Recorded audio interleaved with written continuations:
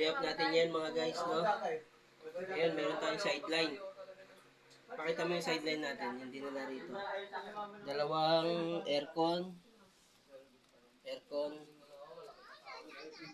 cleaning, tapos itang, ano ba to? Dryer. Anong problema nito? Ayaw umikot? Ayaw umikot, no? Okay, tignan muna natin yung fuse. Yung fuse na ito. Tingin ko naman hindi fuse ang nasira nito eh. I-check muna natin para saksak muna natin. Saksak muna natin dito.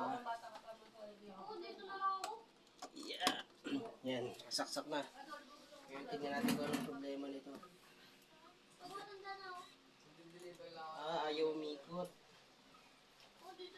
Ayaw umikot. Ano kaya mga posibleng sira na ito? Pero ang tendency nito laging dito lang eh. Pag ayaw umikot, hindi naman siya sa... dito. Try natin ako iikot. Mahirap ba makapagdirahan araw-araw? Sisira ang spinner. Mahirap bang kalabanin ang mga abo sila? Sige.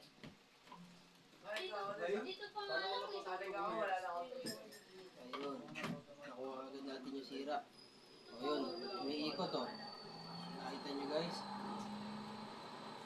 Umiikot siya. So ang problema nito,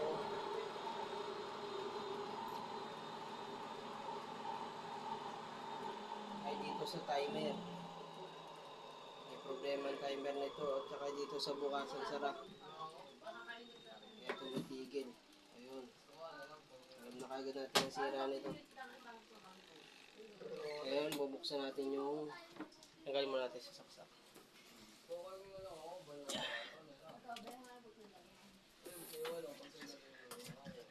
Ano natin? Anong posibleng sira nito? Tanggalin na natin to. gusto mo? O anak ko to.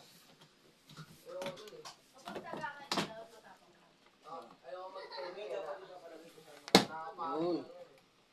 Ang sira nito ay ito. Ikaw, ano ka ba? Hindi na siya nagtutugma sa on-off.